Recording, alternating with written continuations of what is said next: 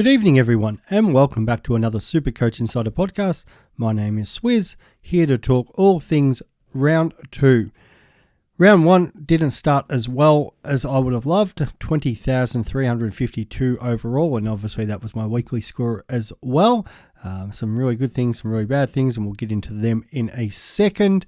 And we thank you so much to all the Supercoach community who continues to check in, and those who have sent in questions for Q&A. I'll be trying to get to everyone's Q&A each week, so feel free to message or just tweet out questions you have. I'll try to put up a post throughout the week like I did this week. As always, thank you to our sponsors, Splash Vodka, and you can continue to check us out on all our social media platforms, in particular YouTube, TikTok, Spotify, and Twitter. Supercoach Insider 100 for all of us, or Swiz26 for me. All right, so that was my final team right in front of you. The natural good things there was the forward line, absolutely flying. Dunkley, Rosie, Taranto, Goulden, Zeeble, and Sheasel, who were fantastic game playing halfback for North Melbourne. So Rosie, 97, was the only one not to turn up in that forward line, which I'm rapt about. Sticking with Wits, as I've always wanted, the 140 was great. Marshall, a little bit down on what we're expecting, but high ownership, so I've got no real dramas there. So from the forward line point of view, fantastic and happy how that all came together. From defence, I was actually pretty happy with that as well, outside the Liam Jones injury, which a lot of people copped anyway, so we're all in the same boat. Avoiding Stewart, which is obviously disappointing for those who had him, but Doherty and Ridley with the 108 and 107. Ruben Gibney looked fantastic in the midfield for West Coast, 85. Connor McKenna, who I was so negative about all pre-season, Mork just came in because of the price point and was balancing between him and Thomas Cole to make my team work. 93, really surprised me how he played and his role. So, but in saying that, that was because Brisbane got absolutely smashed, and it'd be interesting to see how they go this week. Another tough opponent for them in Melbourne, so naturally if the ball is down there, he's going to see a lot more ball. And then they did have, that was because I think Rich was the other one that absolutely dominated, and what was it, Port Adelaide had something like 18 behinds last week. I think that was it. They kicked 18-18, so yeah, the 36 scoring shots, you're always going to be a big chance to get a ball as a defender. Charlie Constable was great outside the fact he butchered it. So from a defensive point of view, really happy. Wilmot and Cowan. Cowan looked good for especially the first couple of quarters, did some really good, nice football things. Not necessarily super coach, but yeah, pretty happy there. The disappointing thing was obviously the midfield.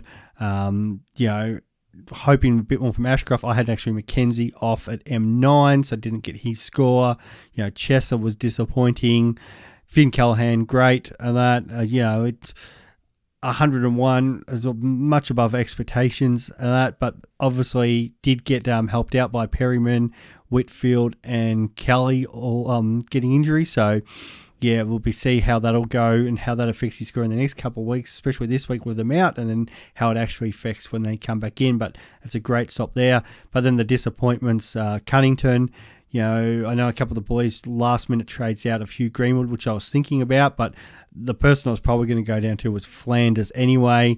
If I jumped on Warple, Horn Francis, that would have obviously worked out, but they weren't really in my plans, so it would have more been a trade in hope, but now, it would have looked fantastic if I'd gone one of them. And, Cunnington still had quite a lot of CBAs, just missed opportunities. Ball didn't go through him when he had chances up forward. He missed an easy goal. There's another opportunity he probably could have got an end of. And, so it'd be interesting to see how he goes, the next couple of weeks. Hopper, probably wasn't his best game. First game playing for the Tigers. He was comprehensively beaten in that midfield. Hewitt and Cripps were fantastic. Also, your Dohertys and Kennedys. So they outside Taranto, the Carlton midfield was very dominant. So be interesting to see how Hopper goes, and hopefully there's a few more ball ups that'll help get Hopper in the game, especially CBAs and clearances around the ground. Tom Green was fantastic, so that was all good there. But the big one was Laird, and I had him as captain. The plan was always looking at going Wits, and then I went had it on Doherty, changed it off Doherty last minute to Dunkley, thinking him first game, should dominate for the Lions. And still 108 was good, but 108 was the score I wasn't going to take, and probably disappointing that I didn't take it, where, Chris and Ben both jumped on Witts as captain. I was thinking Witts more VC. Even on the morning of, I was thinking about putting it on Tom Green. I was like, no, you know what, I'm going to back Laird in here. But as Laird's come out and said, did not handle I think 37, 38 degrees, did not handle that at all, which was very surprising. Did have the strapping on the hand, so it wasn't a great day for us Laird owners, and especially those who captained him. Going into this week now, there's still a few question marks about selections. Wilmot's the one I'll probably have emergency with the hope that either Chesser or Jones doesn't play. And that's just because he's got the Thursday night game. And Kitty Coleman, I believe, has been named. Has been not named with an injury, so that should bring Wilmot more into the game.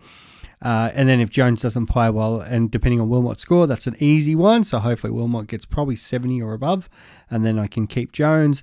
If he doesn't, then, I'll be looking at options there with Jones. But the hard thing is, it's like, who else do you kind of go down for? Probably the only one for me is Tom Cole from West Coast, who I've talked about. But the scoring potential, though it was pretty good last week, and I do think West Coast are going to be a pretty poor side, as I've been saying all pre-season.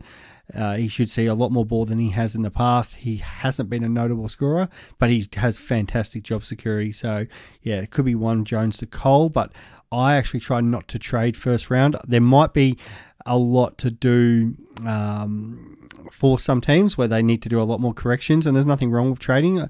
I just usually like to have a second look at them. Cunnington's probably the other one. Yes, I could go Cunnington to Horne-Francis, but I've got 1 week of Horne-Francis data plus that preseason game. Do I give Cunnington another chance playing Fremantle? It'd probably also depend how North Melbourne line up and how many midfielders they have. So it will be tempting, but I do prefer to get an extra look in. So there's a couple of thoughts there. There's also how much could I bring Jones down to put Cunnington, well, more Jones up to day cost, and does Cunnington come down to a rookie that I've missed? So that's a possibility there. Outside of that, I'm pretty happy with the side. Hopper can stay in there for now, but it gives me one more look at him.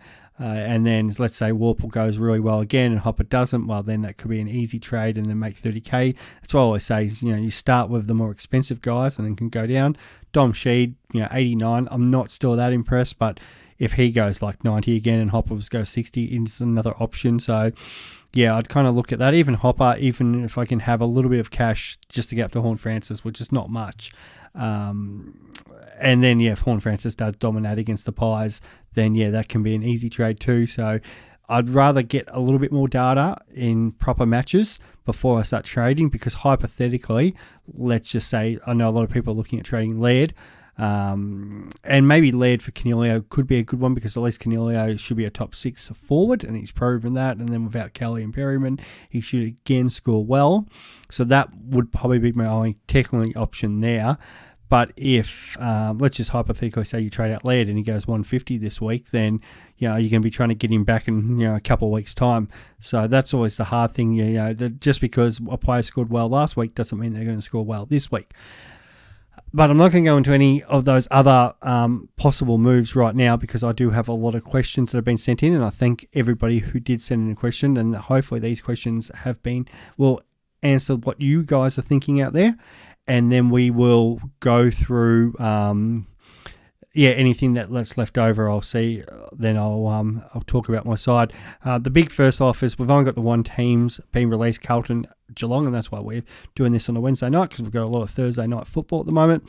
For the Blues, out is George Hewitt, which is really a shame, because I was talking about him being around that sort of top 10 mark. Really disappointing for drafts as well. Lockyer, who's the medical sub, has been left out, and Corey Durden has come in. Lockyer's in that first emergency spot, so likely he probably gets the medi sub again. For the Cats, in comes Jack Bowes, out's Parfitt and Tommy Stewart injury, and we'll get into Stewart soon. And they've got a new player, Wyatt, who's been named as starting his first game, but he's currently in the first emergency spot, so we know he's going to be the sub, unless Geelong make a late-minute change. So we do know that one for sure. Tanner Bruin at the moment has been named on the wing, so maybe another week of data there. It's not the CBA midfield that probably people are looking for, but it'll be interesting to see how he goes there up against Akers, if that is indeed where he plays. Alrighty, so we'll start off. We've got Brenton here with Dylan Moore getting 0 CBAs and Canelo getting 84% and looking likely for 100 with Kelly and Perryman. Is it worth side trading for Moore to Cogs? Missed all injuries beside Bartel. Lucky you, who I will move to the bench for Constable. So this could be my only trade used. Thanks, mate. Cheers, Brenton. Dylan Moore looked actually all right last week. Naturally didn't get the CBAs, which is going to obviously affect his scoring. The Hawks went mainly with Newcomb, Warple, Ward, and then young McKenzie. So he was still floating up around that half forward line and still getting involved. But yeah, it's probably not the role exactly that's going to produce the massive scores for Dilmore. So if you've got the cash, well, of course you probably don't need that much cash to go Dilmore up to Canelio. Yeah, I think that's a worthwhile move because we know Cogs with the injuries at the GWS. So yeah, if that's your one trade, I'd happily jump on that one. Jason Miller asks, need to trade Stewart, Dacos or Ryan an option? And Deborah replies, neither. And that, so yeah, this is a common one, and this is good that it's come up early because there's a lot of people obviously own Stewart and are looking at where best option to trade him. He's one of the more expensive defenders. So yeah, obviously you've got plenty of options there. He's actually not in the most traded. I don't have him. That's why I can't see. I was going to say not the most traded out person this week, but no, he should definitely be the most traded out person. But for me, it is. The reason for that is because I don't have him, so he doesn't come up. So I'm just trying to scroll through that to see how many percentage has traded him out. Ownership changed this week is what we want. And we have Tommy Stewart. So he was owned by 32%. 19% have thrown him out already. So that really probably should be everyone because it's a 4 to 6 injury. Now, so the best option, we obviously saw Dacos score really well there. Now, if you've got running Stewart at D3, I think that's a better option to go straight to Dacos because you can make some money and obviously you've got two good or premium defenders in anyway. So yeah, you can take that little bit more of a risk. And it's the same with Ridley. If you didn't start him, his role looks really good. So I don't mind if that D3 position, for me, even the D2 position is that slightly cheaper guy. But it depends what you're going to do with that 100K. If you've got other issues in your team that you need to fix, aka Flanders, it might be like myself there, Cunnington, where you need that extra money to get up, they are very viable options. If you are just looking to side swap, which is probably the more practical move, and you don't need the extra cash, well, you've got the big other four that we've talked about. So Sinclair, I'm not as much hot on. Like, he's still got the ton, did some nice things. The ball is going to obviously spend some time in that St Kilda defence, but I still have him ranked fourth of those options of the other big guys. Sicily looked fantastic. If you have the extra 20K, I think James Sicily's your number one option. Everything through Hawthorn went through him. He's not necessarily taking the kickouts, but they're kicking straight to him in that back pocket. So yeah, I even saw Hawthorn trying to switch 50 metres just to get the ball into Sicily's hand. It was only the 111 Supercoach, but he had the 130 Dream Team.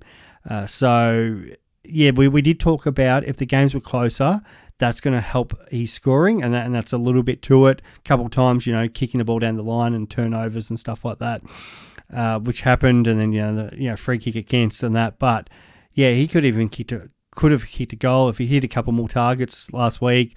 That could have been a massive game for him. So we know he's got the ability. They're playing the Swans this week, and I think it's going to be even a bigger belting than what the Bombers handed out. So Sicily's going to see a lot of ball down there. I think it's going to be at least 100 anyway. So he's the one that makes the most sense. Doherty's also a huge choice. We were talking about Doherty's the best option of these defenders for the first sort of 6 to 8 weeks. His first half, I think his first quarter was good. His second quarter was pretty well non-existent. And then his second half was fantastic and did exactly what, we always see Sam Doherty do. He kicked a beautiful goal as well. This week without Hewitt, he's going to spend more time up around that midfield and that, which is not going to hurt his scoring too much, anytime you're around the ball, but it doesn't matter. If he drops around half back, he scores just as well. And against that Geelong sort of midfield, they're a very good team, Geelong, but probably the one thing they aren't as strong as some of the other teams is their midfield. It's definitely a place where players can get scoring. Look at the Pies midfield last week. They had a lot of guys go 100 through that. I think to go was 130. So, there's definitely an opportunity for Doherty. So, he's definitely the number 2 choice. And the third one would be then Dawson in order. And I think Dawson should do fairly well against Richmond this week. We did say Dawson was slightly down on those other two because he's, more susceptible for a tag in the next couple of weeks. But if you don't have one of them, and I don't think anybody else is running, 3 or 4 premium defenders. So Stewart, I'd go Sicily, then Doherty, or if you don't have the cash, then Doherty and then Dawson as the next options there. All right, Matty G, is Cox the real deal? And I gather you are talking about Fremantle's Cox, not the Mason Cox, which... I'd be surprised if anyone's talking about him. He's like, either way, he should make 100k in 4 weeks. Do you think he could be a top 6? Pracky match, round 1 was great score, and looks like he's gone to another level. Yes, fantastic score on the weekend, took 20 marks and had 30 disposals. The 154 Supercoach, it was 20 marks at 3/4 time. It looked like he was going to break all sorts of records, and then Ryan sort of took over from after that. But so far in his two games, if we conclude that preseason game, we took the 10 marks, 130 Supercoach. He looks fantastic at the moment. And we did say this, where there's always 1 or 2 defenders that jump up from nowhere. Like all positions, there's somebody will come in the top 10 that we haven't thought about. The thing with the Fremantle game plan it was like Ross Lyon was coaching them, not St Kilda.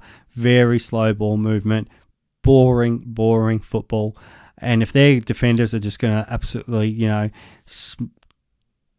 cherry pick down that defence and just kick the ball back and forward to each other, they're going to see a lot of points. Like Ryan 171, Cox 154, Young 137, Jordan Clark's there, halfback flanker 100, and then you got Pearce, who's never really been a Supercoach guy, but now they're captain 92, Chapman 90, and their 7th defender who comes off the bench, Wilson 83. So Fremantle, apart from Darcy, all their top scorers were defenders. So it definitely looks like that's how they're going to play. Now, what can Cox realistically average? It's probably more 95, which doesn't probably make him a top prospect. However, in saying that, if Freo are going to play like this, there is every chance, why couldn't he go for 110 to at least start the season? We've already saw the 154, which unfortunately you've missed out. And this is where it's hard, even like guys like Ryan, which people ask us about. Ryan does this all the time. Comes out and scores a couple massive 150s, and then they drop in 50s and get injured and stuff like that. So we do think there's scoring available for that Fremantle defence. But you would hope, they play a little bit more attacking. Like Longmuir is absolutely copped it this week for not playing as much attacking football. They had opportunities to win. They're playing North Melbourne this week. You would think at, Optus Stadium, they would actually play a bit more attacking football, try to win the game. So it's hard to sort of get a read now until they get on that home game. So I would nearly hold off unless you need to make the trade. And I think, you might be possibly looking at Stewart to Cox. But that's one to watch this week. Against a poor, what should be a poor opposition in North Melbourne at home, where we're expecting Freo to win. If these Freo defenders all go massive again, then we've got more data. We've got enough data there, 2 proper games plus a preseason the game go. Look how Fremantle are playing. We may have to seriously consider them. So I would try not to get onto Cox this week if you can, but keep him in the back of the mind. Watch closely at this game, this week, and then maybe make a decision on that. They do have such an easy start for the year as well. So we usually think, well, that's probably not as good for defenders. But if teams don't have really great forward lines, and they do play the Eagles the following week, who, forward line isn't that great, there's definitely opportunity for Cox to keep scoring. But as the season continues to roll on, we've talked about like Stewart's going to get cheap, so everyone's going to get him in sub 550. Sicily role looks awesome. Dawson, great. Doherty, great. So that's 4 before And we've just talked, Dawson, Doherty, Sicily, and then Stewart. So that's 4 of an anyway, before even talking about Sinclair, Ridley, Dacos. So you're talking about 7 defenders there, and then you've got to now think, well, does Ryan and Cox, can they match them? And that's where it's hard to jump on these guys. And even if it's a short cash grab, while you're trading him in to trade him back out for 100K, is it really worth it? So I usually say no, but if we can't just say absolutely flat no. Because if it was a case where they all take 20 marks again and they just chip it around, then we actually seriously have to have a proper look at that. Adrian, who was the best replacement for Jelly? Is Finn Callaghan a must-have? Finn Callaghan is not a must-have. Obviously got blessed a bit there with what happened with injuries. Like, I really like him. I did say got concerns about that foot injury, but in saying that, I think he's a fantastic young kid, but I think you needed to start him. I wouldn't necessarily be trading him in. His scoring should be pretty good this week again. I would expect him to go another 100, but until we actually get a proper look with a full game of, Kelly, Canelio, Green, Perryman, with Callaghan out on the outside, I think that's probably going to be a true reflection. It's probably going to go to 80, so I wouldn't be burning the trade to just get him in. However, and then with Kelly, 587, what's the best? It's hard to ignore LDU. Looked fantastic again on the weekend. And how much do we read in these practice match form? Because that Richmond game, he absolutely dominated. The next game, we're like, oh, okay, but the Bulldogs, and it looked like the Bulldogs absolutely went, gun ho. But as in that midfield, fantastic effort, and just looked so at home. Who else you got there? Jack Steele was fairly good. I'm just trying to think around that price, unless you're trying to change that. But that's what we talked about.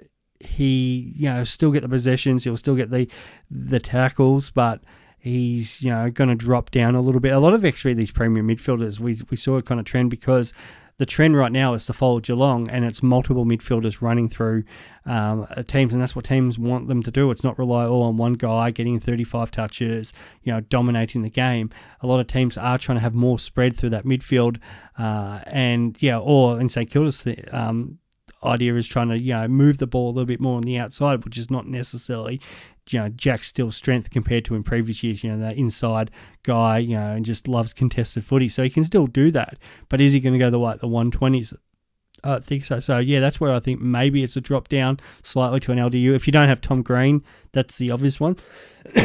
Excuse me. And then maybe it's a possibility of a rejig and move one of your defenders or your forwards in and make a move there. Like the obvious ones, as I've said, is the defenders, looking at getting them in. So, if you're going to play, say, Constable or Kidney on field anyway, why don't you take Kelly out, put one of them in the midfield, and then get one of the premium defenders that we've just talked about if you don't have Doherty, or Sicily, even Ridley.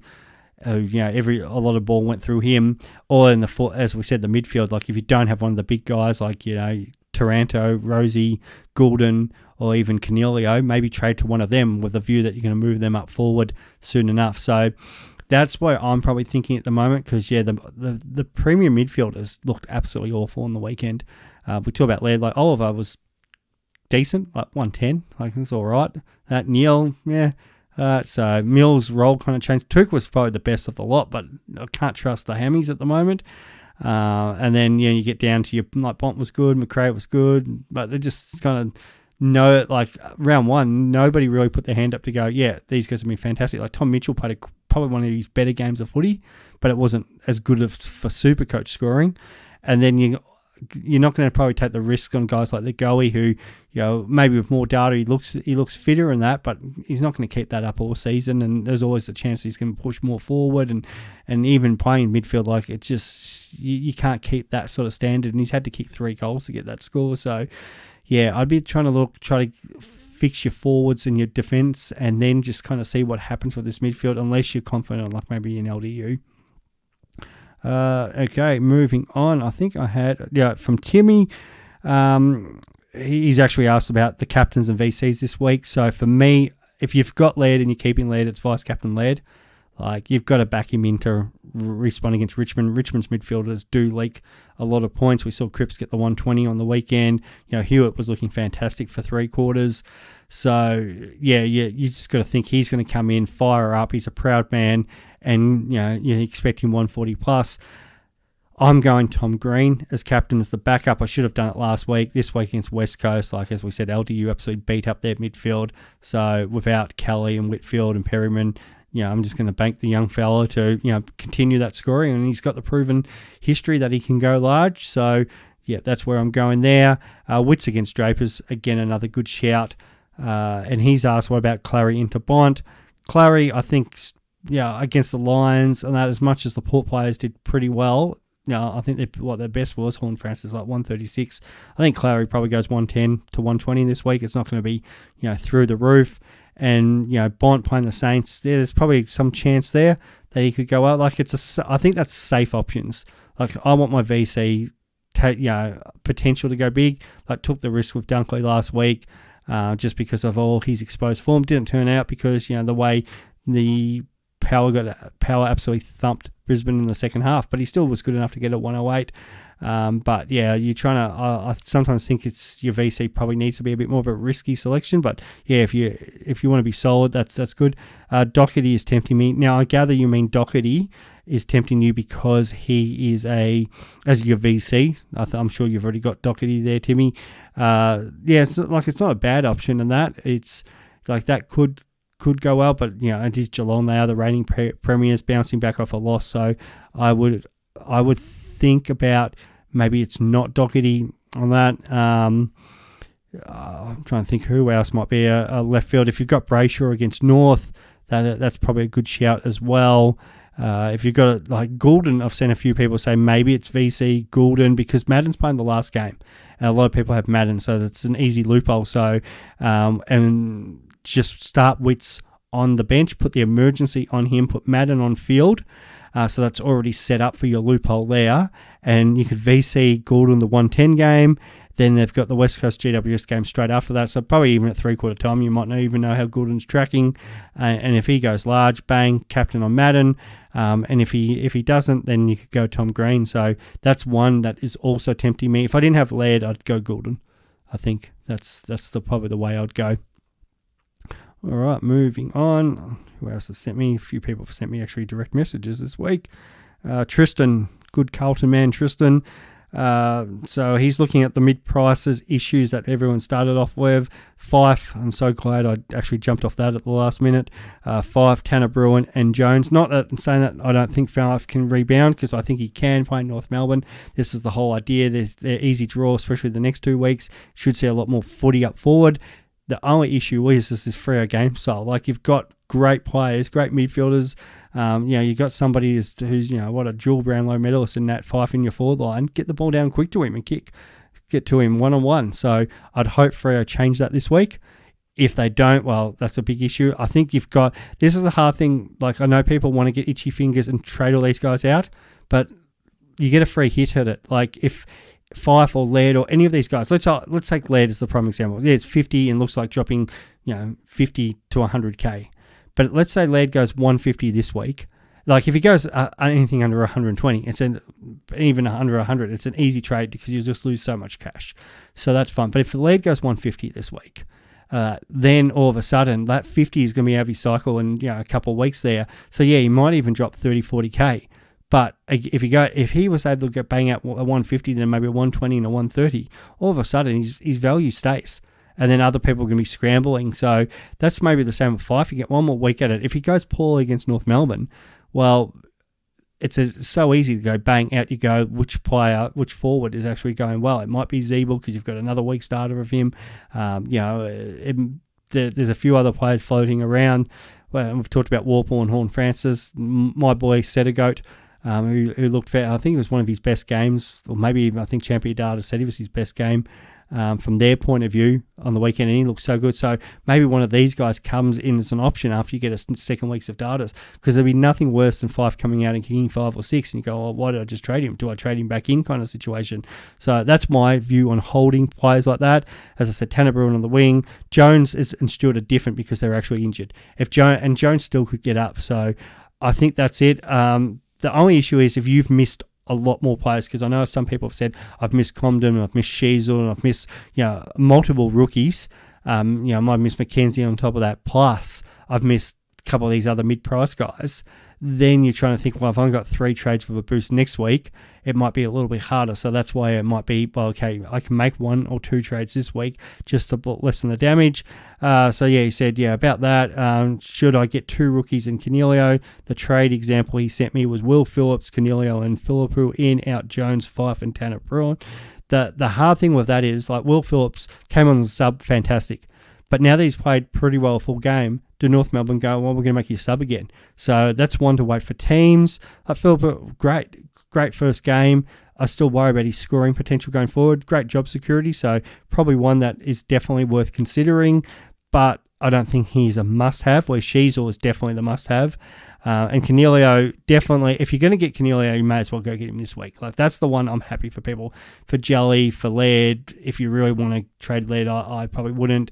That's the one that does tempt me with Cunnington. So if I can maybe maneuver Jones with enough cash, I'd have to have a look at that, what my options are. But yeah, he's the one, just because he should go really well again, and we know he's going to be top 6.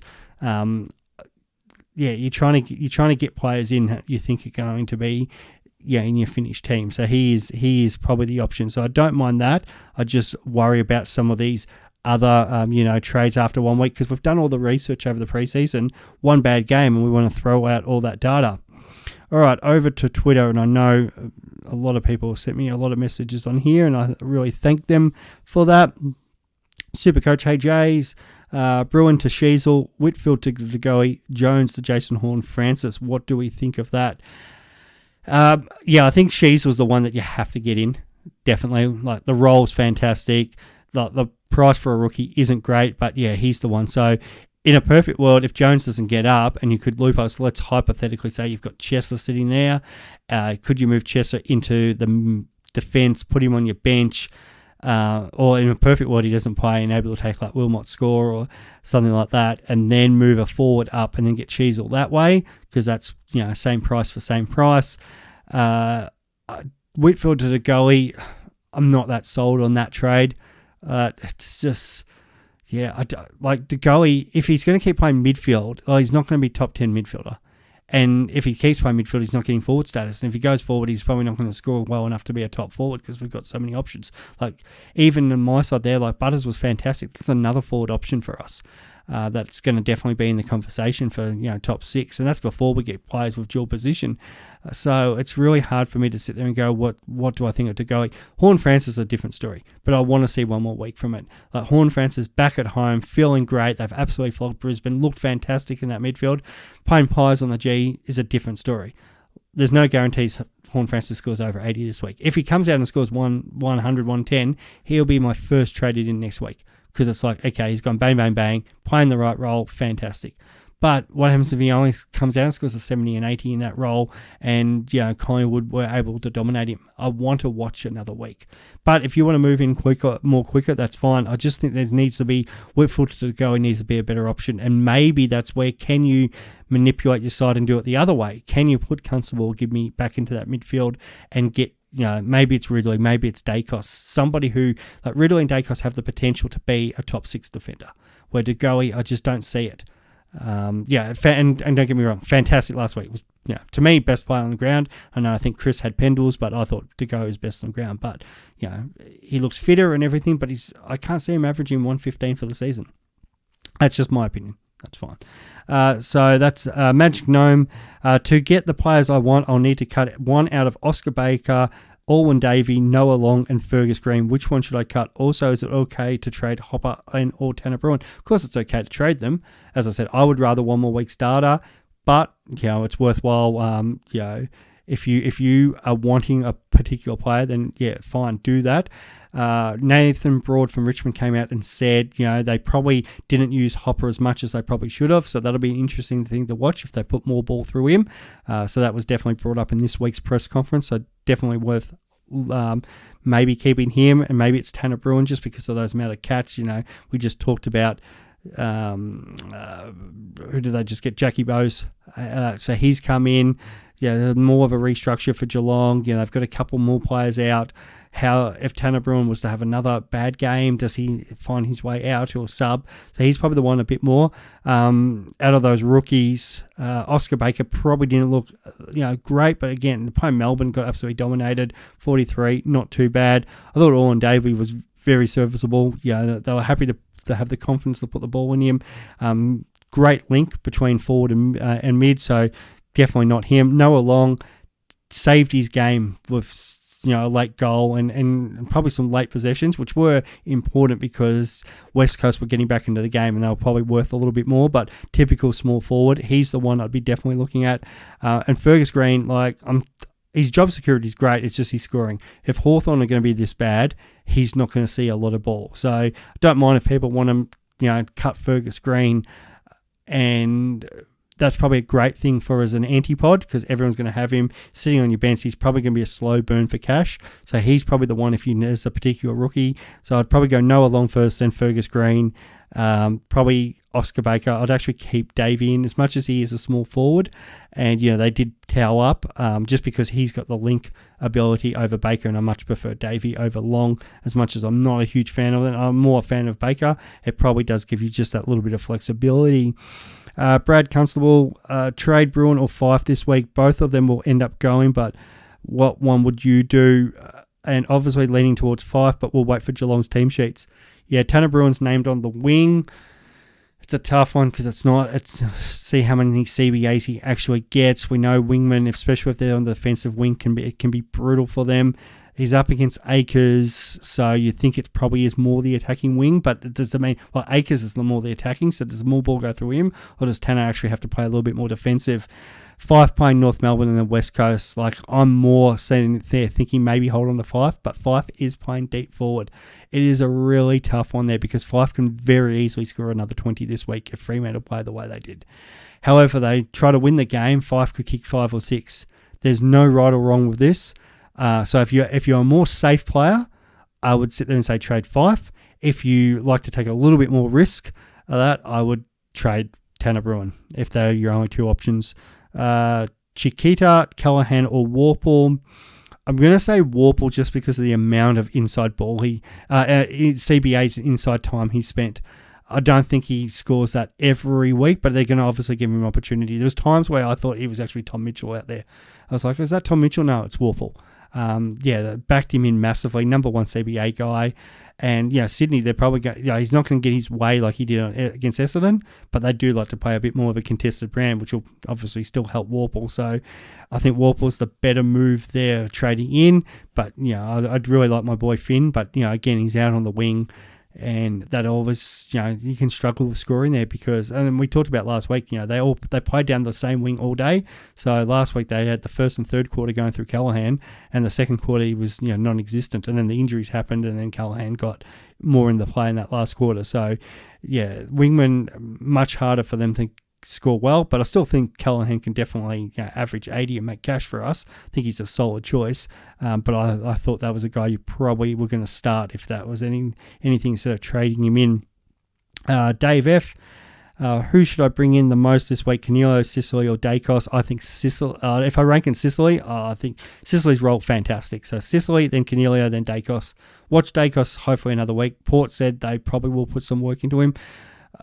This is the worry now. If Dacos comes out and dominates again and that Port don't put the work in him, it's going to happen very soon. Like Richmond probably the following week don't put the work in him because it's not how they play.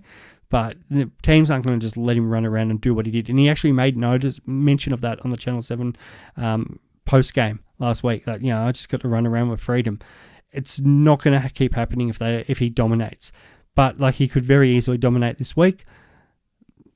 But that's the worry is how when he finally gets that tag and how he deals with it. We saw it in the Hawthorn game in the preseason.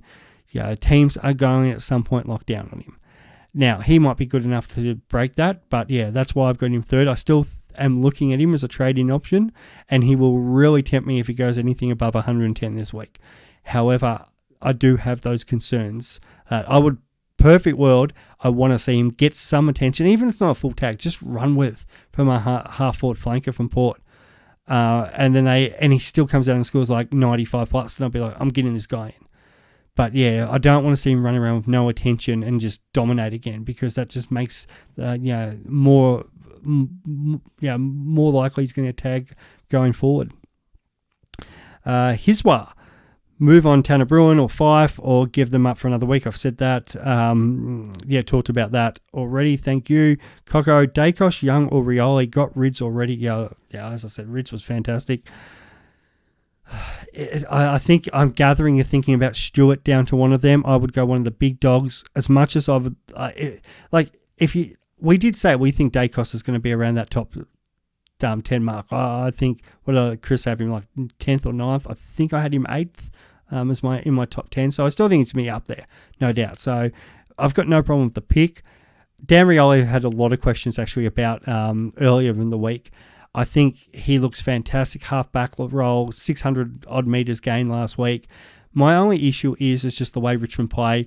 The halfbacks have the great opportunity to score, but it's a bit like as we've said with Freo before, different players are the ones that step up on each given week. I think Rioli at some point will get some attention if it was just kept going through him. We've got Vlosten. Baker goes down back there. They can push Jaden Short, so I don't think it's going to just be Rioli every week. As fantastic as he looks in that role, but I just can't see him. I think it'll be shared and it'll be alternating Tigers each week. But I still think he can definitely average 90, but I don't think he's just going to be as high as the other two guys. Young could be a fantastic option if Fremantle keep playing this way.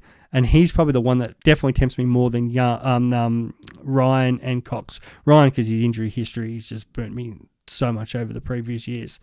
And Young's got the most upside. So if Fremantle is just going to keep chipping it around, I really would like to see one more week of Young, because he's not going to get the tag and the pressure coming to him like other players like Dacos are going to get. So, but if you have to trade one in, I'd say Dacos and that, but tempted by Young.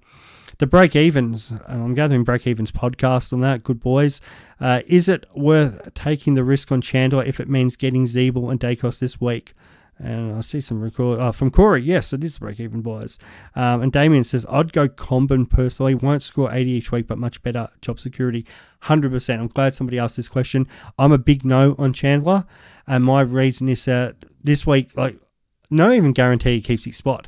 So the D's, I actually picked the Dogs last week, disappointing for myself, but I thought without Stephen May, Viney, Salem, and Bailey Fritsch, if they were ever right for the picking, it was last week. 4 of their better players. We know their best players are, Oliver, Petrarca, Gorn.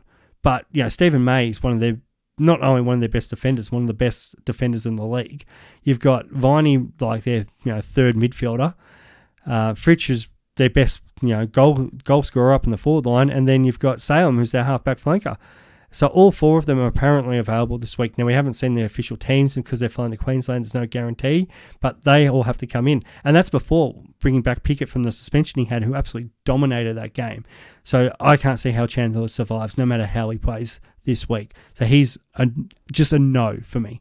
Now, I couldn't care less if he went 80 this week. Just a no. For Comden, however, our boy, he, one of our guys from in one of our group chats knows him. Now, he's not going to score that each week because he got massive advantage from Cherry going down early and injured.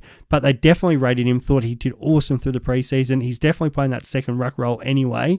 So job security, much better. And there's no reason why he couldn't go 40 or 50. And as I said the other day, because he played so much rucks time on the weekend, and with Goldie coming in, if Goldie's only a little bit underdone and they try to share the ruck this week, and hopefully Compton can get 30%, which would be perfect, a little bit more.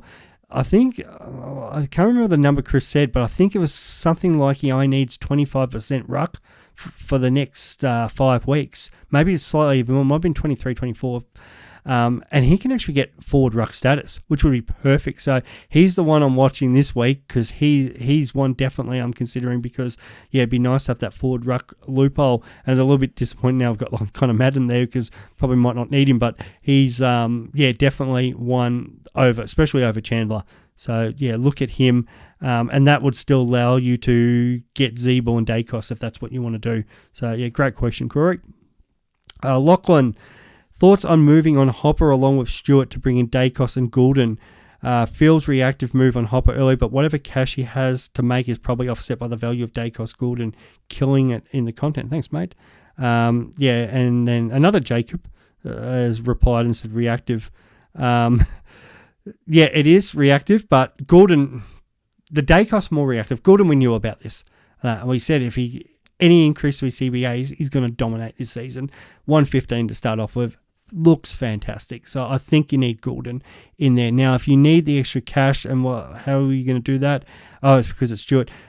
Could you potentially hold Hopper for another week and somehow, as we said before, well, no, it's easy because maybe because it's Stewart in the back line. Hopefully you've got a loophole guy like a Chesler that could move back and then move a forward in and then get Goulden, or Goulden being a mid-forward anyway, can just stash him in your midfield this week.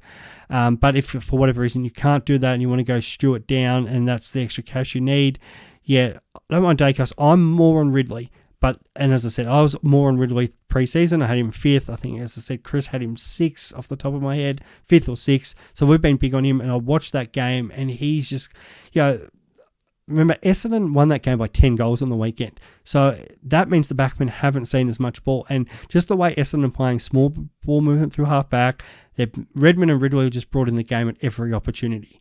So I think Ridley's definitely got the better, like Dacos has got the more higher ceiling, but I think the attention comes. Ridley's going to be a solid 110 guy. And I think if you had the choice, you take Ridley.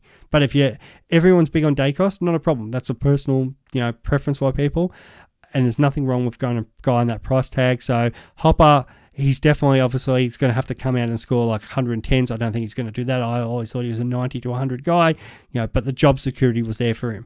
But if that's going to help you now with Stewart going out to bring 2 guys in, especially 2 guys who are most likely to be top in their, at least top 10 in their position, yeah, no problems with it at all. In the end of the day, this is your team, guys. I'm just giving you, my thoughts and advice on that. As I said, currently ranked 20,000, but that's probably because of the captaincy score.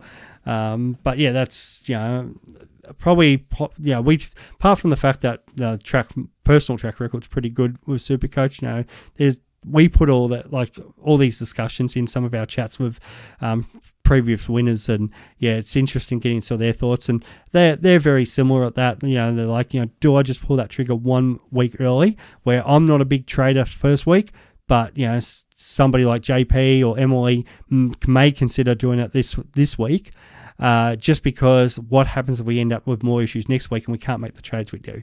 And we do have the 36 trades, so we do actually have those extra couple trades up our sleeve. So people, no problems going more aggressive. But then in saying that, looking at my team, there's only 1 or 2 things which are currently wrong with it. So if you've got 5 or 6 things, as I said in the start of the show, you might need to make more of a move. Derwin, love the pod. Thanks, mate. If you skip Goulden, would you make him a high priority? Yes, we just talked about that.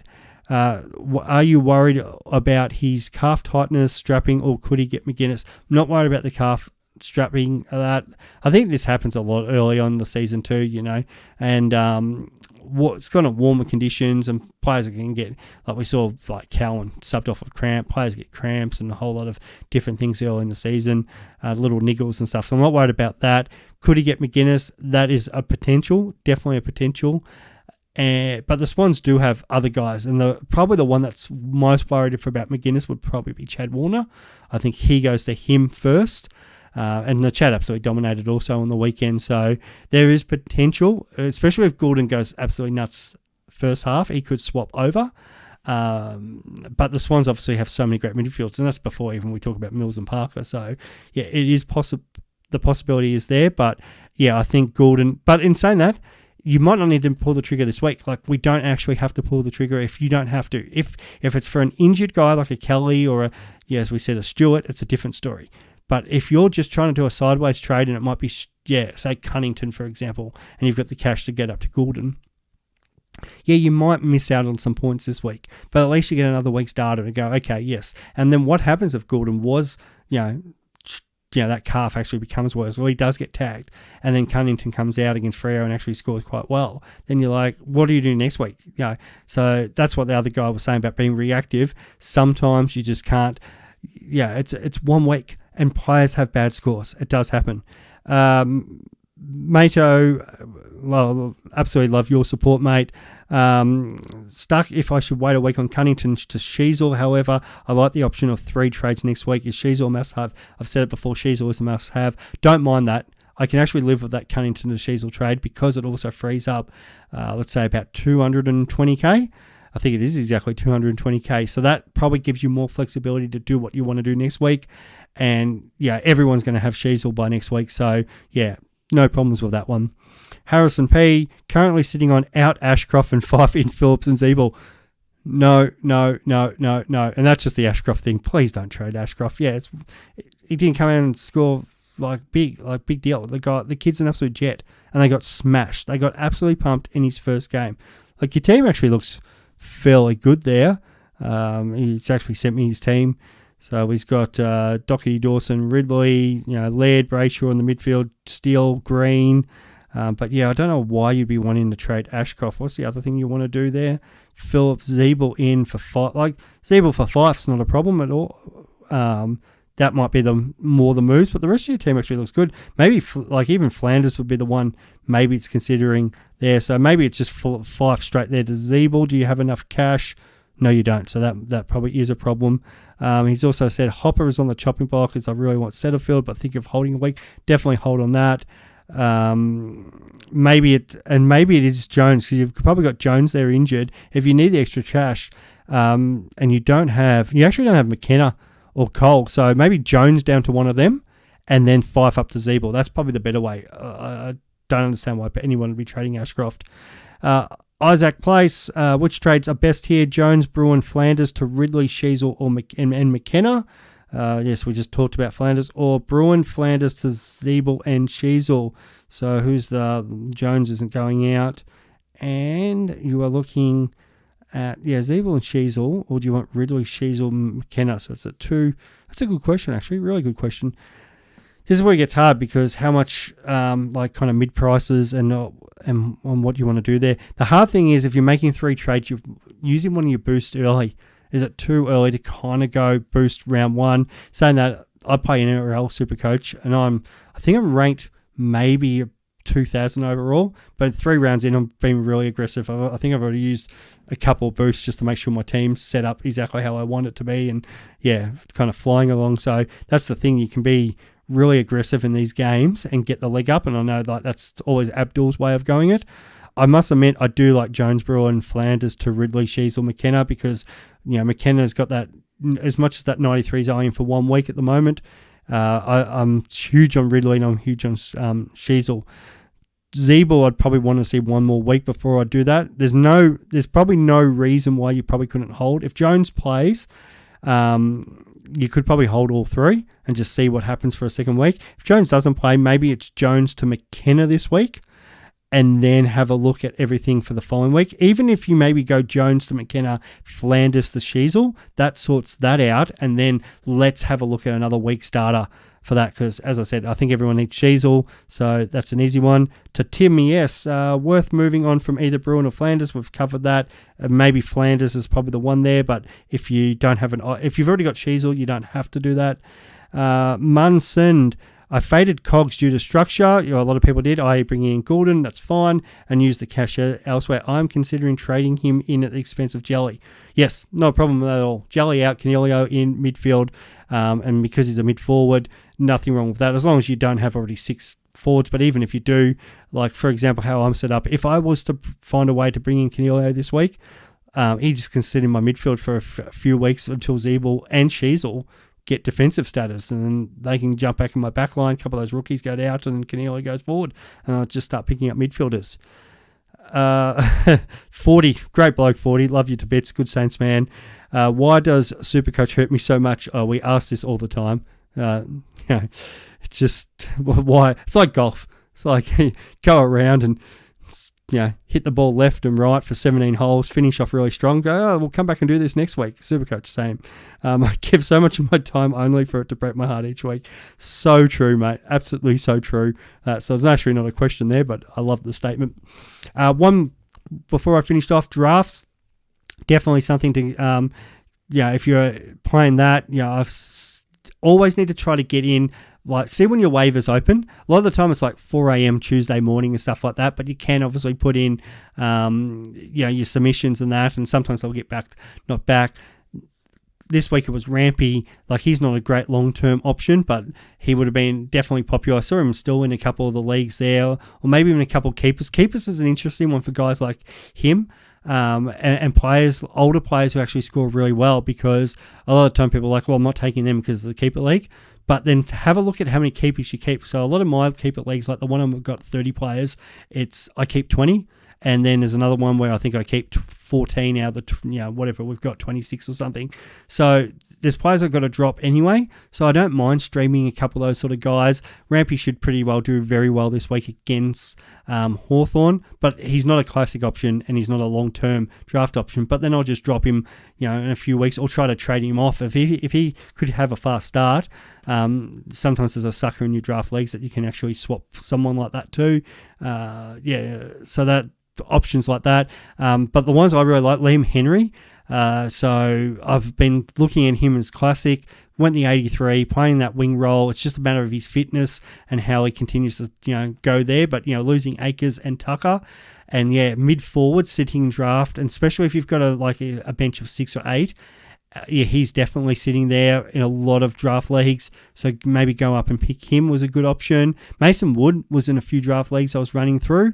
Playing, we saw how well he finished last year for St Kilda's. Last month was awesome in the preseason, had a really good week this week. So another one option. The only problem is he's just a midfielder.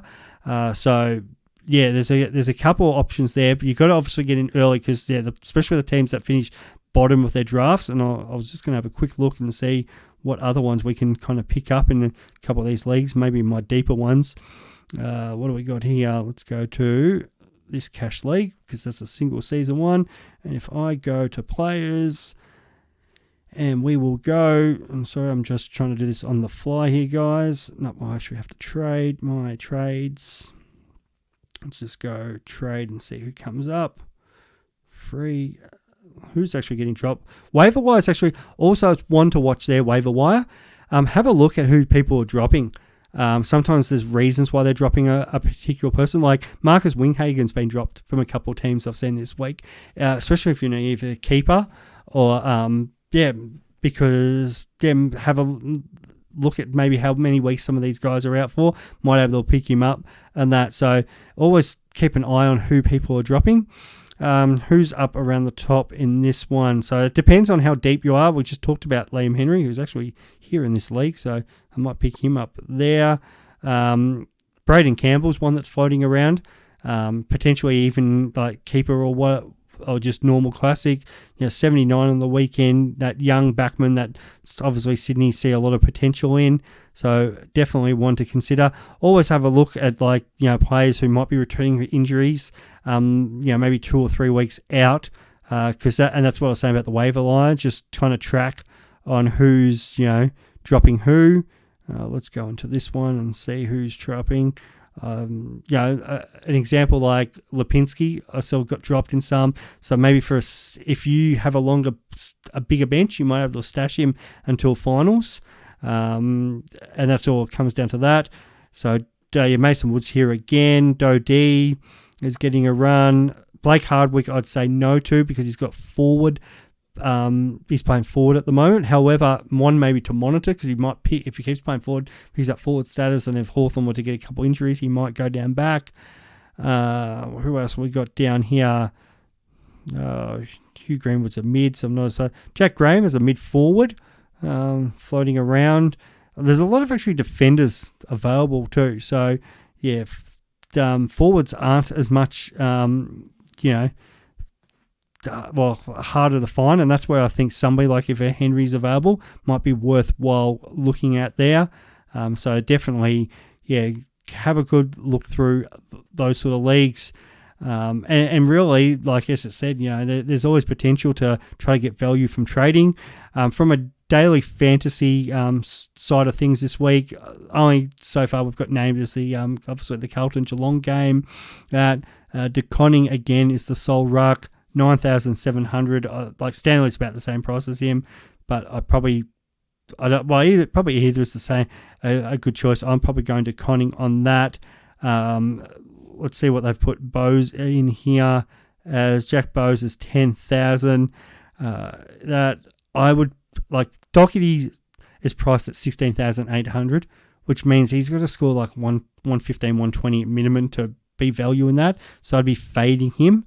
As much as he was such a great scorer. Maybe look at these Carlton backs in daily fantasy again this week. That's kind of the way they play. Your Waiterings, 8,700 is a lot of value in there. McGovern, Lewis Young. So yeah, just the way the kind of the Blues are playing. They definitely are options. I'd be probably fading Durden. Wyatt's most likely to start a sub. Ollie Henry, 6,900 after he's 77 is some good value there. Tanner Bruin's still fairly cheap, but as we said, we're a bit worried about that wing role. So I'm probably a bit more worried about that. Outside of that, like the forwards, actually, some of these forward options aren't probably that flash. The big ones is then the midfield. So no Hewitt this week. Kennedy at 13,950 is the second most expensive guy. But yeah, definitely will be looking at him. Chera also is looking like playing a lot more CBAs this week. So it might be those two as the best options for the midfield. You've got, I'm just trying to through here. Max Holmes seems to be the preferred guy as well for the Cats. So at 10,900 is also another not a bad option in there. So yeah, that trying to get some of those guys, maybe not always spending up for your Cripps and your Dohertys, and that's so you can actually distribute your cash a little bit further. And then if there's the ones where you can play all weekend. So last week, like the thing that backfired with me is because I had Cherry and then obviously went off injured. But like if I'd gone Matt Flynn, I probably would have, highly cashed. So trying to find a cheaper rock with a good matchup is always, not a bad thing because it obviously doesn't spend as much money. Wits was fantastic, but again, these are fantasy points, not necessarily Supercoach points. So the best rucks don't actually, dominate that much. Like if we look at Wits's here from last week, he had the 140, he's had the 137 Supercoach, so that was fantastic against Laddams. So okay, so this week we're talking about Laddams, Hawthorn. Maybe it's the problem is they play Reeves and Meek, so not as good there. Melbourne absolutely dominated Tim English. Tim English also dominated, kind of ran around and did their own thing, and Marshall got dominated too. So maybe what did Timmy English actually do last week? It's just actually interesting to see these Supercoach first. So English, 115. Probably going to get price where he is. So we want probably somebody a cheaper ruck. Matty Flynn against actually Riley O got absolutely dominated last week. Probably a good shout this week might be Nan Curvis for your if you're playing like the whole weekend. So he might be one because he got absolutely destroyed by Flynn.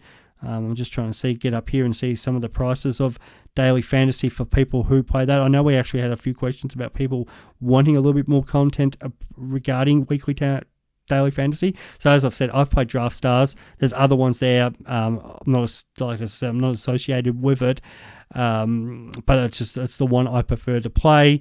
So you got your Darcy Cameron 75, where he's like the 100 Supercoach, but maybe didn't pick up as many fantasy points, and that's where like the Conning and Stanley at 9,000 are probably better options. If West Coast don't go with Natanui again, like Bailey Williams at 9,000 is he scored a 70 last week. So I always think if you can save some money in your ruck. Charlie Compton actually ended up going 80 last week, but I don't think he's the option because they'll bring in Goldstein.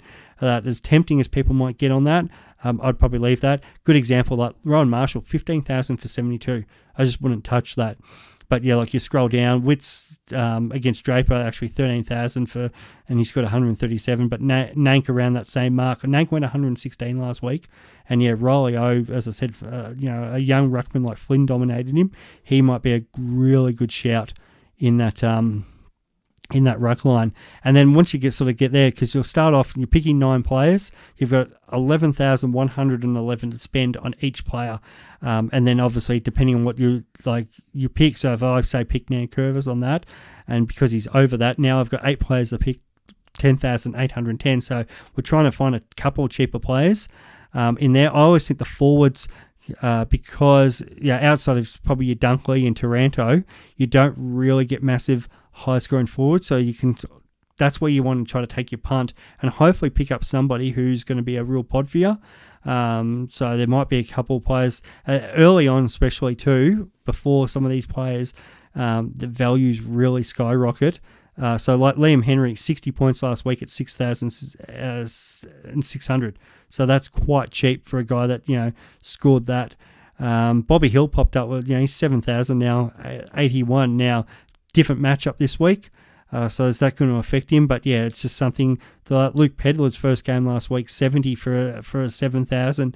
And then you get some of these players returning back from injury is worthwhile. So unlike when we're playing normal Supercoach, where we're looking for the whole season, games like this, and there are free games on this as well. So the first prize is $2.50, and only the top three get paid. But for a free team, there's no harm in doing that, because that's any money, obviously, that's gamble responsibly for that. But there's some options there, and you're trying to look at some of those kind of matchups as well. West Coast Freo, West Coast North last week was an obvious game, because we know poorer teams, you want to face up against them. So Sydney this week, maybe a Logan McDonald would be maybe a good shout. Sydney versus Hawthorn, and especially with Buddy, copping a week. So he's definitely a scoring option there for the Swans. So a player that you'd never think about in Supercoach, but for a 1 week option, Hayden McLean, for example, in that Swans forward line. And I'm just trying to scroll down and see if I can find Logan McDonald's price. But these sort of guys here where we never think about, they actually become options for us, because in a different format like this, because we're just only playing obviously the single game, or in this case it's just a whole weekend thing, and I can't actually find Logan McDonald in here, but I do know he was fairly cheap. So that's definitely somebody to look at. And then my theory with that is, if I can obviously have cheaper guys, sort of my forward line, then that boosts the more money I can spend in my midfield. A big one last week was like Tom Green and Matty Rowell, who are usually actually pretty cheap in fantasy, but obviously if they're going to start putting up games, so Tom Green last week I think might have been about 11 or 12,000. He's already gone up because of the 128, but at 13,000 playing West Coast midfield this week, he's just a lock for draft star. So definitely one to consider there. I'm just trying to scroll down. You've got some like, your Sheeds and Gaffs playing against North Melbourne. Some good value. Will Setterfield, 11,800 at the moment. So coming off that 122 for the Bombers. And it's not even a tough opponent like this week. They're playing the Gold Coast. So definitely somebody there that you could pick who, is a good price for if you're playing a weekend, or even if you're playing the Essendon Gold Coast game. So for that game, I'll be definitely locking him in straight away. Just another little scroll down to see if there's anybody else we mixed. Like Will Day last week scored a 98, but this week again it's against the Swans, so that's a bit of a harder matchup. Finn Callahan playing against West Coast with those guys out. He's listed at 8,930, so absolute value there. With the GWS injuries, should go pretty well. Who scored 105? That was Josh Rochelle. That was a big shock.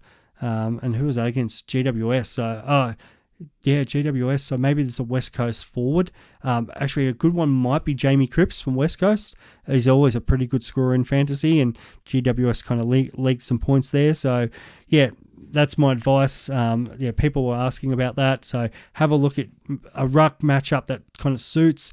But remember these are fantasy points, so it's accumulators. So get your matchup there, your forwards, find especially Hawthorn this year. They're going to struggle, we know. So teams like North Melbourne's, West Coast, pick two of your forwards playing against those teams. So they should score pretty well. And then same from the flip side, the defenders from those other teams are going to see a lot of ball, and then hopefully that saves some money that you can load up on these big midfielders. At the moment, there's still some value. As I said, Green and Callahans and Matty Rowells and that are actually value in your midfield, Setterfield. But you're trying to get as much money to get up to these absolute gun midfielders as possible, because they're just like Supercoach. They're the guys that score all the points. But if you have any more questions about that, I'm happy to answer that in future pods. But hopefully that has answered everyone's questions. I think we haven't had too many others. That's another one. Not many people asked about Cam McKenzie this week.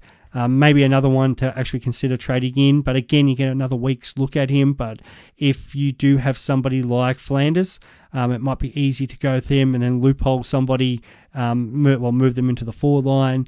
Or even if it is, again, maybe Kelly, and you just want to save some money and then look at doing what you want to do next week. So they're the two big rookies, I think, is Shees or McKenzie. You've got to definitely look at. Outside of that, we get that extra week, and hopefully, fingers crossed, there's not a huge carnage next week, but we do get that boost. And that was a question somebody asked, should we boost this week? Do you really need to have 3 trades? Unless you've got Jones, Stewart, and Kelly, and maybe, say, Whitfield in there, I don't think there's the need to really make the 3 trades. So that's just some food for thought there. But any other questions, especially with the teams coming out tomorrow night, shoot us a message, Swiz26 or Supercoach Insider 100, and we will try to answer them, especially as the proper teams come out. All the best for the weekend of Supercoach this week. Some massive games and that. I know actually our boys gave the tips last week. I was shocking in my tips. I thought I was looking really good with Adelaide. At least I got North Melbourne right. I'm gonna back in Geelong this week. I think Melbourne beat Brisbane. We'll go with the Pies against Port. I'm going to back my boys against the Crows. Bulldogs to rebound against the Saints, but a little bit of confidence dinted after last week. Freo to beat North. The Swannies should beat Hawthorn. Essendon beat Gold Coast. And GWS to beat Essendon. The interesting thing from last week's games, outside of Hawthorn, and they were playing Essendon at the G anyway, and then the Swans who absolutely towed out Gold Coast. I think all the other, Collingwood Geelong. So Collingwood Geelong was a neutral game, really. I know technically Geelong's home game isn't Geelong, but they do play a few home games at the G, and then Hawthorn, Essendon. All the other games are the home teams, but more importantly, it's actually all 4 new coaches. So we had North Melbourne with Clarkson. We had the Giants with Kingsley. The Bombers with Scott, and then St Kilda with Ross Lyon. All 4 new coaches won last week, which kind of keeps that trend. It's like, you get a new coach, you get a win. Maybe all those 4 teams should swap coaches this week and try to get another win. So that was really interesting, that kind of trend. But I was trying to pick more of the away teams, but naturally with footy, home teams do win the majority. So that's probably maybe your starting point when tipping. And also, naturally have a look, as always, some of these ins and outs and still baking teams. Like, I know we're very quickly in the footy community to jump on teams that have a loss or a player that's had a bad week, but a lot of these players and teams have a lot of pride about themselves. So just because the Doggies absolutely got towed up last week doesn't mean, and even Brisbane, they will come back firing. Like Geelong, the very proud club, they're going to come back firing up this week. So, unless something massively has happened with injuries and that, or we've got multiple weeks of data, I'd still back players and teams to rebound, and that's why the big question this week was Laird, trade or not, and I will back him in, and then we'll come and answer that. Depends on how he goes this week, but I'm still willing to go with that. So as I said, happy punting this week, happy super coaching, happy tipping, and we will talk soon. Check out the other boys' videos. They are up and about. Ben and Chris, slightly better weeks than me. I think they went 90 points better just because of the Wits captaincy, and Ben on fire. Last year he was ranked, I think, 17th or something like that overall. Might have even been higher. Benny, I'm sure, will correct me on that with his captaincy choices. So he took the risk with Wits, got away with it. Well done to him. So very important, those captaincy choices as well. And as I said, led into green for me. Good luck, and we will talk soon. Bye.